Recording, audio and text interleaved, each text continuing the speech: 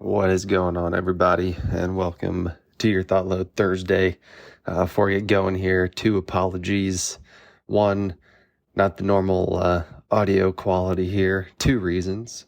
Dad's in town, and so we had to move the nap time crib for my youngest son into the office, so I'm now relegated to the cold basement. So got that. And then also apparently when you turn 30, your body says, you're just going to get sick.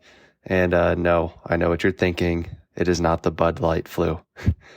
Anyways, all joking aside, today's topic, just kind of happened to come out of nowhere. February 10th, a, game called Hogwarts Legacy came out, and basically I felt that I had to buy it. And as I was playing it, it was captivating.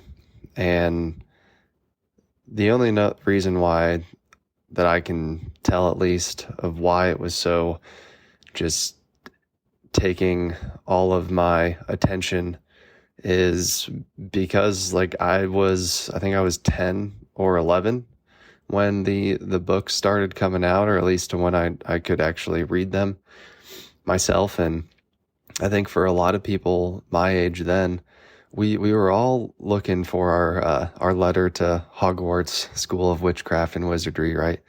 Be the next Harry Potter. That's something that I remember having dreams about wanting to do. And now they created a game to where you could almost live in that experience. And so that had me ask a couple questions about why it was so powerful, why I felt so good while I was playing it. And I arrived on a cool article here that has some good references from inverse.com, and it talks about the science and the power of nostalgia. I think in today's marketplace, there's a lot of companies that use this as a tool. Nostalgia is really powerful, right? It gets political leaders elected. At its core, billions of dollars of advertising are used through this mechanism. And back a long time ago, it was actually considered a medical disease. But what makes it so powerful and what's happening to our brains when we're feeling and experiencing it is pretty interesting, and how it has some influence in our lives. So starting off with a basic definition. The simplest definition of nostalgia is people's reflection on their cherished memories. Obviously, that varies from person to person, but there's obviously some commonalities there. And there's going to be a social component. You'll have nostalgic memories, typically involving family members, close friends, or, romantic partners. They'll have personal meaning. Memories might seem silly or trivial to someone else, but because of the personal context, they're very meaningful to the individual. And obviously they occur fairly far in the past, right? You're not going to have a nostalgic feeling about something that happened yesterday or 2 days ago, but something from 10, 15 years ago is going to impact you. So what does it actually do to the brain? So in 2016, there's a study done that used fMRI imaging to monitor the participants' brain activity when they were exposed to nostalgia-inducing stimuli. So when that nostalgia effect was triggered, participants' brains showed activity in two powerful neural networks: the area of the brain associated with memory, and also the brain's reward system. And the more those systems worked cooperatively, the researchers found, the more nostalgia people felt. Now, this can explain why we really tend to align ourselves with a lot of those nostalgic advertisements for products or whatever. Like, I know for me, anything that is like a video game or certain smells from childhood, I want to play them again, because then I associate those feelings of those first video games that I played, and you just get that overwhelming sense of happiness and positivity when you're connecting those positive experiences and memories that you created. And so it's it's interesting how often that we gravitate towards these things. And because most of the time when we are nostalgic, it's about us, right? We're accessing what we call self-relevant memories through things that they call retrieval cues. So something that's a smell, a certain sound. Like the other day, there was a new toy that we got for the boys that was like a learning sort of old style looking Game Boy Color.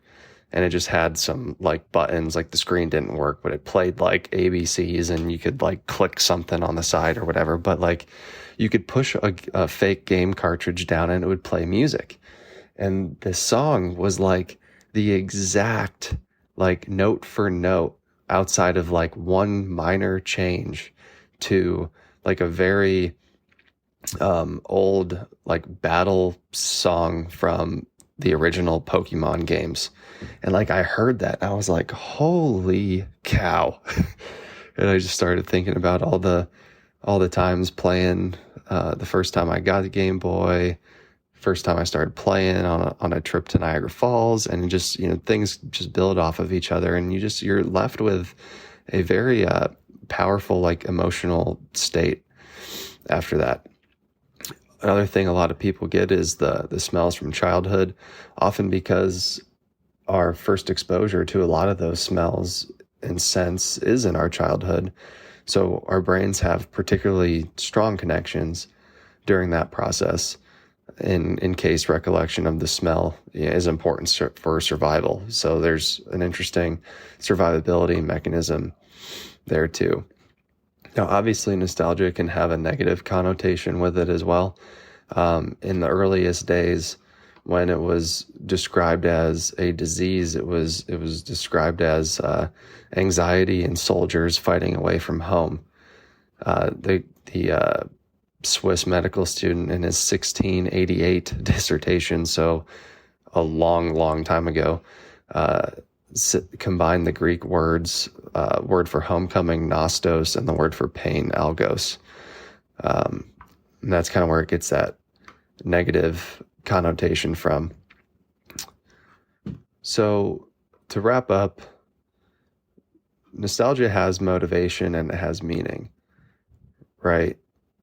We've seen nostalgia seems to bring online these motivational or self-regulatory processes in the brain that help us downregulate or mitigate psychological threats.